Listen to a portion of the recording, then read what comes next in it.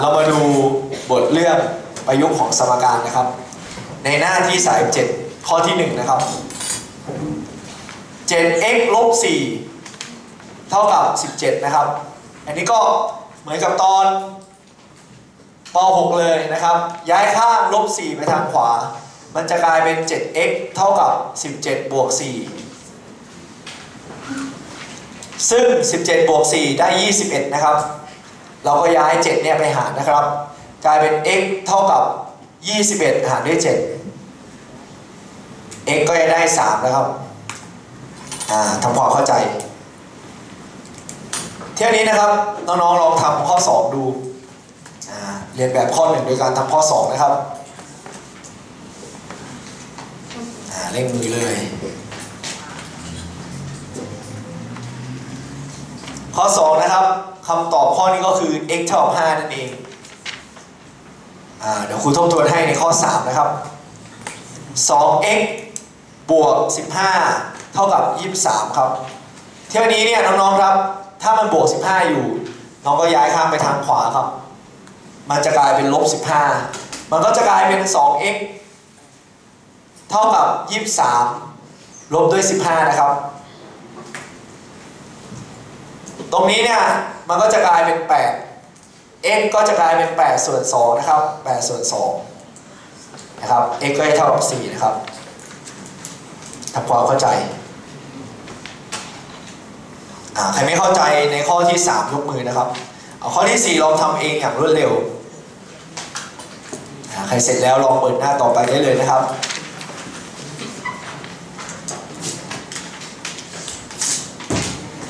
ข้อที่4นะครับน้องๆก็จะตอบว่า x เท่ากับ6นะครับใครไม่เข้าใจถามได้นะครับเปิดหน้าต่อไปเลยหน้าที่38ครับเที่ยวนี้เนี่ยจะมี x ทั้งซ้ายและขวานะเราจะย้าย x มาด้านเดียวกันก่อนเดี๋ยวครูจะทำให้ดูนะครับในหน้าที่38ข้อที่5นะครับ 7x เท่ากับ18ลบ 2x เรากำลังจะย้ายลบ 2x นะครับไปทางซ้ายเนี่ยครับน้องย้ายตัวนี้มาทางซ้ายก่อนมันก็จะกลายเป็น 7x บวก 2x เท่ากับ18ซึ่ง 7x บวก 2x ก็ได้ 9x นะครับตัวนี้ก็จะกลายเป็น 9x เท่ากับ18ครับย้าย9ไปหารนะครับ x จะเท่ากับ18หารด้วย9ซึ่งจะได้2นั่นเองครับ x จะได้2นั่นเองข้อ5น้องคนไหนไม่เข้าใจบ้างครับต่อไปนะครับในข้อที่6เดี๋ยวเราย้ายลบ 2x ไปทางซ้ายนะครับข้อ6ย้ายลบ 2x ไปทางซ้ายปึ๊บ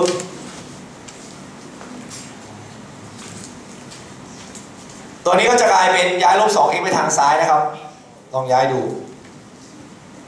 มันก็จะกลายเป็น 3x บวก 2x มีค่าเท่ากับ25ซึ่ง 3x บวก 2x ก็จะกลายเป็น 5x นั่นเอง 5x เท่ากับ25 x ก็จะเท่ากับ25ด้วย5ได้5ครับน้องคนไหน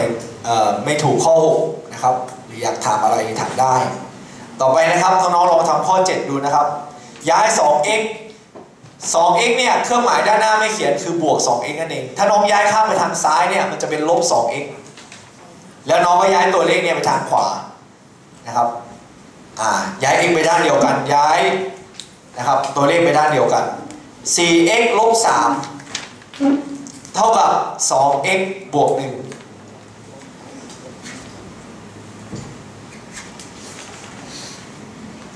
ลองทำดูนะครับย้าย 2x ไปทางซ้ายย้ายลบ 3ไปทางขวามันก็จะกลายเป็น 4x ลบด้วย 2x มีค่าเท่ากับ1บวก 3เห็นไหมย้ายลบ 3ไปทางขวาตัวนี้ก็จะกลายเป็น 2x เท่ากับ4แล้วเราก็ย้าย2ไปหารครับ x เท่ากับ4ส่วน2ครับ x ก็จะกลายเป็น2ครับเรียบร้อยนี่คือข้อ7 ต่อไปนะครับข้อที่8เหมือนเดิมเลยย้าย 6x ไปทางซ้ายเลยครับแล้วก็ย้าย2ไปทางขวานะครับใครไม่เข้าใจถามเลยไม่ต้องเกรงใจนะครับถามได้เลยข้อ8ยังไงลองย้ายดูย้ายข้างมีคนตอบ3คนอื่นตอบเท่าไหร่ครับย้าย 6x ไปทางซ้ายครับน้องตัวนี้ก็จะกลายเป็น 5x ลบ 6x มีค่าเท่ากับลบ1ไปลบ2ซึ่ง 5x ลบ 6x ครับจะออกมาเป็นลบ x ลบ x เท่ากับลบ3หารด้วยลบ1ทั้งซ้ายและขวา x จึงตอบ3ครับ x จึงตอบ3ครับนี่คือข้อ8ใครไม่เข้าใจยกมือถามนะครับต่อไปข้อที่9นะครับ 3x บวก2เท่ากับ 4x ลบ3เหมือนเดิมเลยครับย้ายข้างเหมือนเดิมเลยครับย้ายข้างข้อ9ย้ายไปทางซ้ายก่อนก็ได้ x อ่ะ 4x ทางขวาเนี่ยน้องย้ายไปทางซ้ายครับแล้ว2ที่อยู่ทางซ้ายเนี่ยน้องย้ายไปทางขวามันจะเป็น 3x ลบ 4x มีค่าเท่ากับลบ3ไปลบ2ครับ 3x ลบ 4x มันจะเหลือลบ x มีค่าเท่ากับลบ5หารด้วยลบ1ทั้งซ้ายและขวา x เท่ากับ5ครับ x เท่ากับ5ครับนี่คือข้อ9ใครไม่เข้าใจยกมือถามนะครับต่อไปนะครับในหน้าที่สาย9ข้อที่10นะครับแผนเดิมเลยครับย้าย x ไปทางซ้ายก่อนแล้วย้ายตัวเลขไปทางขวาก่อนทำแบบเดิมหน้าสาย9เนาะ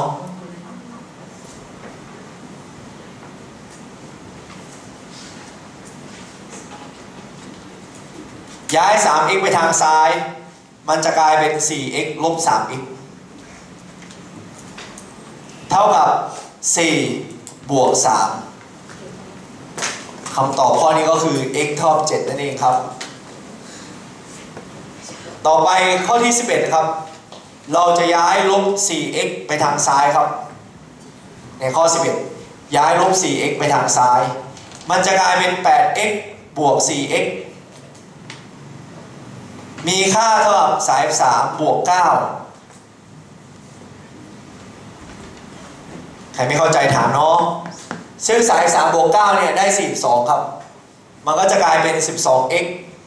เท่ากับ42ย้าย12ไปหารครับ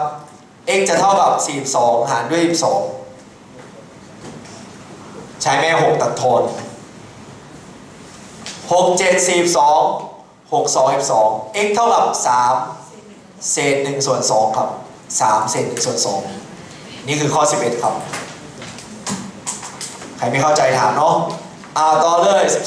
12ย้าย x ไปด้านเดียวก่อน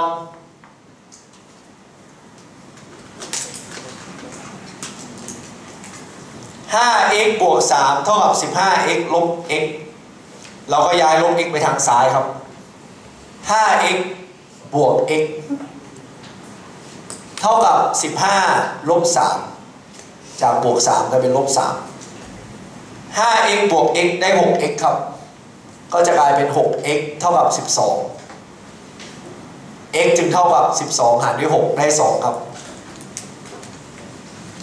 ต่อไปข้อ13ย้ายลบ 4x ไปทางซ้ายครับย้าย15ไปทางขวาข้อ13ก็จะกลายเป็น 2x บวก 4x มีค่าเท่ากับ27ลบ15ครับมันก็จะกลายเป็น 6x เท่ากับอะไรครับ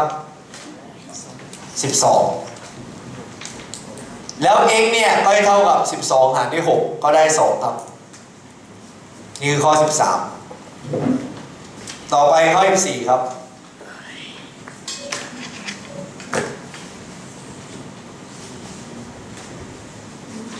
ดีมากข้อ14นะครับเอา 3x เนี่ยไปทางซ้ายครับเป็น 7x ลบ 3x มีค่าเท่ากับ27 ลบ 11มันก็จะกลายเป็น 4x เท่ากับ 16นะครับแล้วก็ x ก็จะเท่ากับ16หารด้วย4ก็ได้4ครับเรียบร้อยเดี๋ยวแบบหัดในคลิปนี้นะครับขอฝากเป็นแบบหัดก่อนนะครับเดี๋ยวในคลิปหน้าจะมาเฉลยให้ข้อ15 16 17 18 19จนถึงข้อ22นะครับทำแบบเดียวกันหมดเลยเนาะเอา x เนี่ยมาบวกลบกันก่อนแล้วก็เอาตัวเลขมาบวกลบกันก่อนหลังจากนั้นเนี่ยนะครับก็ค่อยย้ายค่า x ไปด้านเดียวกันแล้วเจอกันในคลิปหน้าครับ